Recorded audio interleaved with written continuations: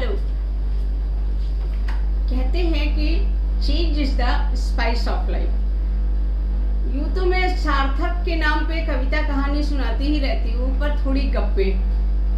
लेकिन देखा कि आप लोग अप्रिशिएट कर रहे हैं जब कुछ इंफॉर्मेटिव देते हैं, विशेष रूप से साइबर क्राइम के ऊपर जब दिया या कुछ एप्स के बारे में दिया जानकारियाँ मुझे लगता है कि बहुत लोग चाहते हैं और मुझे भी अच्छा लगा। साइबर क्राइम लोगों ने काफ़ी पसंद किया कि हाँ ये अच्छा है। कुछ ने फरमाइश की कुछ और बताइए साइबर क्राइम पे। व्हाट्सएप पे भी मैसेज आए थोड़ा और, मतलब अच्छा लगा कि आप लोग को चाहिए साइबर क्राइम पे। तो आज साइबर क्राइम पार्ट 2 और चेंज है। बाद में रश्मि और बकवास का तो गहरा नाता है, कविता और कहानी रहेगा ही। तो आज सुनिए साइबर क्राइम पार्ट 2।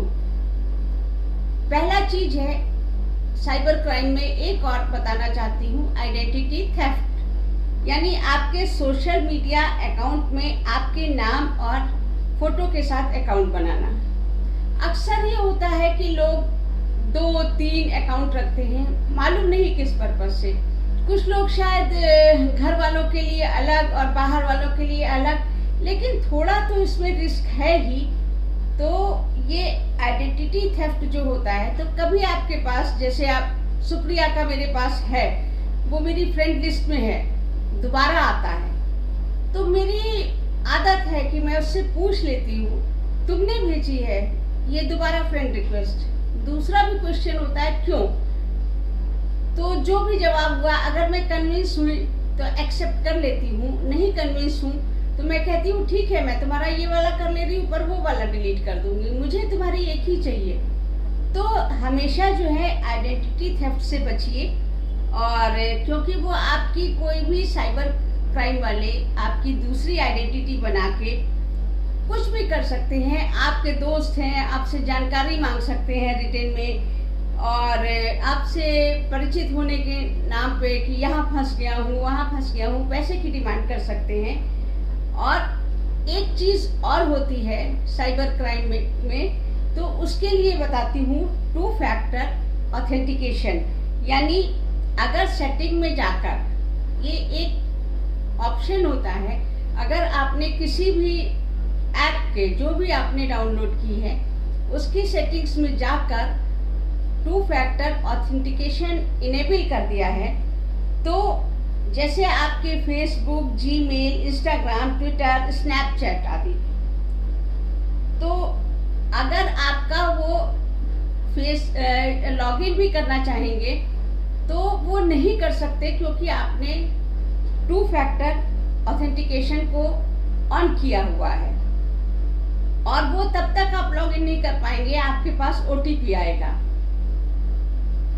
तो ये होता है कि जिसके माध्यम से, उसी OTP के माध्यम से लॉगिन कर पाएंगे। अगर कोई अनऑथराइज्ड लॉगिन करेगा तो आपके पास अलर्ट आएगा कि किसी ने आपके अकाउंट को लॉगिन करने की कोशिश की। यानी सिक्योरिटी की 2 लेयर व्यवस्था होती है, हर ऐप में जाकर उसे ऑन करना पड़ता है।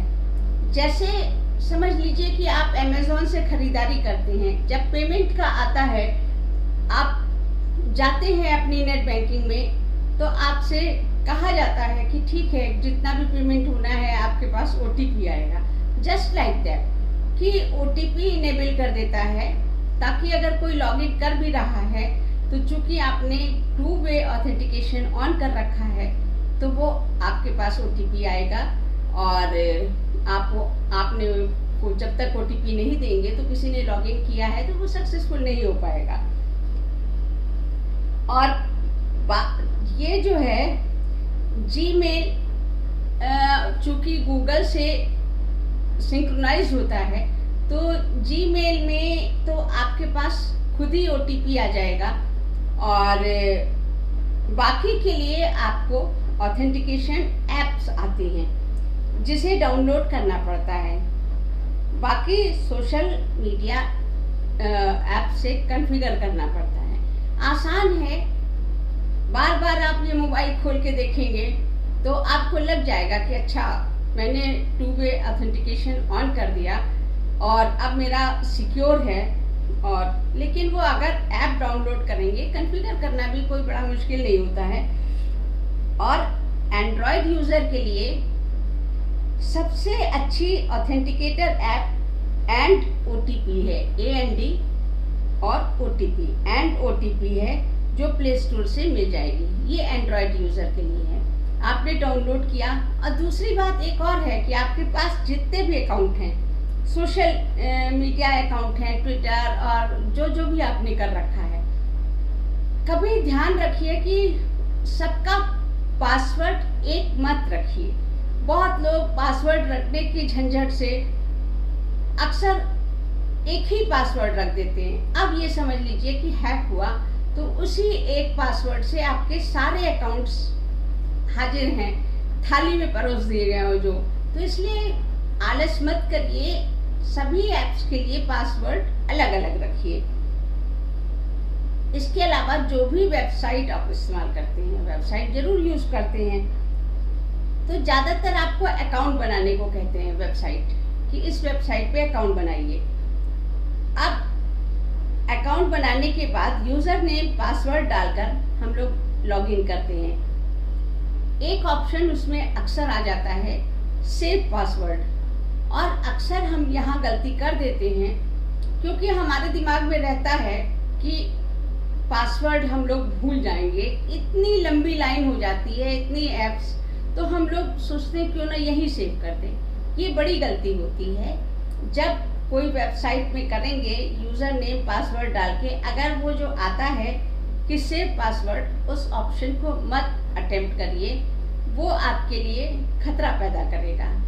ये सब साइबर क्राइम को अवॉइड करने के लिए मैं बताती जा रही हूँ। आसान है, मुझे भी बहुत कठिन लगता था। एक डायरी है मेरी पासवर्ड की, उसमें मैंने रखी है, हैंडी रखती हूँ, मेज पे ही रखी रहती है सारे पासवर्ड, चाहे वो गूगल के हों, चाहे वो ट्विटर के हों या इंस्टाग्राम के हों। तो पासवर्ड मेरे उस डायरी में रहते हैं। भूल भी गई तो आप डुप्लीकेट बना लीजिए, एक छोटी एक बड़ी, तो रहेगा। लेकिन मोबाइल में ये सब चीज़ें, सेव पासवर्ड या इस तरह की चीज़ें अटेम्प्ट मत करिए। अच्छा, किसी भी अनसिक्योर्ड वेबसाइट को खोलना अवॉइड करें। अब अनसिक्योर्ड वेबसाइट आपको कैसे पता चलेगी? वो ऐसे कि जब आप वेबसाइट खोलेंगे तो आपके सामने HTTP और सेमीकोलन और डबल स्लैश आता है। ये आता है HTTP 2 डॉट देन 2 स्लैश, ये आपके पास आता है और उसके आगे लॉक बना रहता है। जो HTTPS लिखा रहता है, S माने सिक्योर्ड, S माने सिक्योर्ड, और उसके आगे लॉक बना रहेगा। और जो अनसिक्योर्ड वेबसाइट है आप जिनको खोल रहे हैं, उनके आगे खाली HTTP होगा और S नहीं लिखा होगा। इस बात को नोट कर लीजिए कि S नहीं लिखा होगा, यानी वो वेबसाइट खोलना सिक्योर नहीं है। और वो जो लॉक बना रहता है वो भी एक तिरछी लाइन से कटा रहेगा। तो कभी भी किसी भी अनसिक्योर्ड वेबसाइट हम लोग को खोलने की ज़रूरत पड़ जाती है, तो किसी भी अनसिक्योर्ड वेबसाइट को मत खोलें। उसका मैंने आपको बता ही दिया है कि HTTPS लिखा होगा और 2 डॉट देन 2 स्लैश, और लॉक बना रहेगा, और जो सिक्योर नहीं होगी उसके आगे S नहीं होगा और लॉक पे क्रॉस लगा होगा। तो ये होगा। और महत्वपूर्ण जानकारियाँ वेबसाइट पे ना दें। तो और दूसरी भी बात, जब कोई वेबसाइट खोलते हैं तो आपका IP एड्रेस पब्लिकली एक्सपोज रहता है। इंटरनेट प्रोटोकॉल एड्रेस, जब भी आप कोई वेबसाइट खोलते हैं तो आपका IP एड्रेस एक्सपोज रहता है। इंटरनेट प्रोटोकॉल एड्रेस जो आपके सर्विस प्रोवाइडर का एड्रेस होता है, इसका दुरुपयोग हो सकता है और IP एड्रेस याद करना भी मुश्किल है। इसकी जगह VPN यूज़ करें और व्यावसायिक प्रयोजन के लिए भी इस्तेमाल कर लेते हैं, जो कि आईपी एड्रेस अगर वो होता है एक्सपोज्ड, तो उसकी जगह वीपीएन यूज़ करें, ऐसा ब्राउज़र यूज़ करें। अब आप ब्राउज़र पे आ जाइए, ऐसा ब्राउज़र यूज़ करें जो एडवर्टिजमेंट्स और ट्रैकर को ब्लॉक कर देता है। मैंने तो बहुत आगे आपको और भी बताती रहूँगी, बहुत सी चीज़ें चेंज कर दी हैं। जैसे मेल में भी मैंने प्रोटॉन मेल कर लिया है और धीरे धीरे वहाँ, क्योंकि ये लोग भी ट्रैकर्स को ब्लॉक करते हैं, एडवर्टिजमेंट्स को ब्लॉक करते हैं, प्रोटॉन मेल।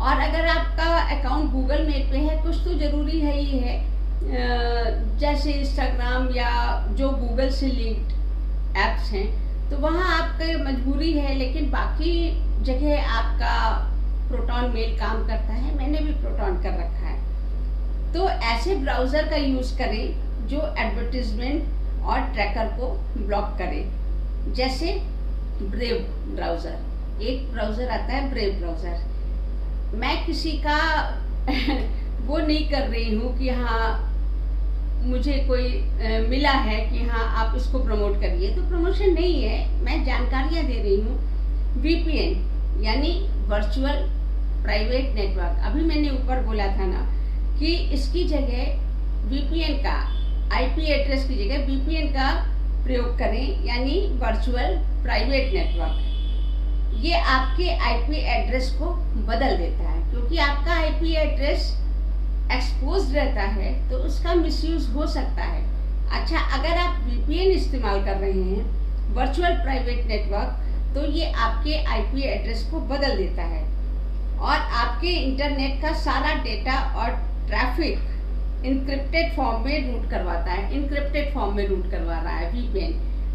समझ गए आप कि वर्चुअल प्राइवेट नेटवर्क जो होता है वीपीएन, जिसको यूज़ करने की सलाह दे रही हूँ, ये आपके आईपी एड्रेस को बदल देता है। जो आईपी एड्रेस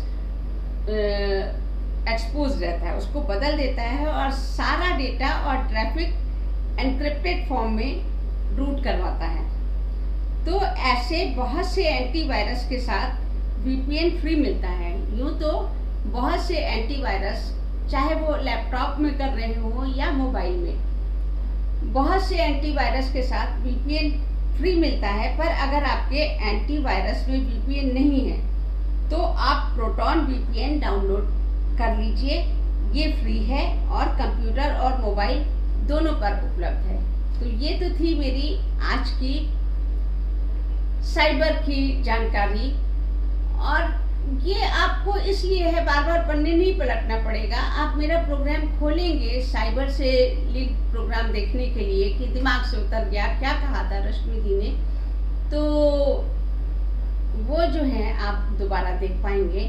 और जहाँ एक दो बार होता है, मुझे तो जो है बच्चे पूरा मॉडर्न बनाए दे रहे हैं, ऐसे यूज़ होता है, ये यहाँ यूज़ होता है। अभी तक तो ओला उबर और इन सब में ही दिमाग रहता था, अब इन बच्चों की वजह से बहुत सी टर्मिनोलॉजी भी जान चुकी हूँ, और वीपीएन क्या होता है, आईपी एड्रेस क्या होता है, और इसीलिए शायद आपको इस्तेमाल करने के बाद बता भी पा रही हूँ। तो ये तो थी ज्ञान की बातें, और अब आते हैं कविता पे। कविता और लगाव अपनों से होता है, गैरों से नहीं। पर ये अपने तो पितृपक्ष चल रहा है, पितृपक्ष पे है कि लगाव अपनों से होता है, गैरों से नहीं। पर ये अपने मोह पाश तोड़ जा बसे हैं जाने किस दुनिया में, पितर कहलाते हैं। याद बहुत आते हैं, जब तक थे उनका प्यार नजर नहीं आता था, जब तक थे उनका प्यार नजर नहीं आता था। अब नहीं है तो घटनाओं की श्रृंखला आंखों के आगे तैर जाती है, अपराध बोध को बढ़ा जाती है। कुछ करना चाहते हैं उनके लिए, आखिर वो हमारे लिए ही तो जिए। कुछ करना चाहते हैं उनके लिए, आखिर वो हमारे लिए ही तो जिए। कोई गरीब ब्राह्मण माध्यम बन जाते हैं, कोई गरीब ब्राह्मण माध्यम बन जाते हैं। कहते हैं उनको खिलाया भोजन, उनको दिए वस्त्र, पितरों तक पहुंच जाते हैं। वस्त्र और खाना पहुंचे न पहुंचे, भावनाएं और प्यार तो पहुंच जाता है। वस्त्र और खाना पहुंचे न पहुंचे, भावनाएं और प्यार तो पहुंच ही जाता है। अपराध बोध कम कर जाता है। एक बात और, कितने ही जरूरतमंदों को भोजन और वस्त्र मिल जाता है। तो ये तो थी मेरी पितर पक्ष पे लिखी हुई कविता। अब छोटी सी कविता सुनिए, मेरी कविता। मेरी कविता बहुत दुरूह होती जा रही है, बहुत दुरूह होती जा रही है मेरी कविता। मेरे मन को ही नहीं भाती है मेरी कविता। कितनी निष्कपट हुआ करती थी, अनेक लबों की मुस्कान होती थी। कटु यथार्थ होती जा रही है मेरी कविता, कटु यथार्थ होती जा रही है मेरी कविता। जब से मुस्कुराने लगी हूँ एक नकली मुस्कान, जब से मुस्कुराने लगी हूँ एक नकली मुस्कान, रंगा सियार होती जा रही है मेरी कविता। जब मैं ही हो चुकी हूँ आत्मघाती, कैसे न कुठाराघात करती मेरी कविता। ये तो मेरी कविता का चेंजिंग रूप था। दो कविताएं हो गई और एक और सुना देती हूँ। बातें भी होती हैं, ज्ञान भी। एक कविता और सुनिए, रिसेंट लिखी हुई, बॉडीगार्ड। क्या तुम्हें पता है लड़के भी परिंदे होते हैं?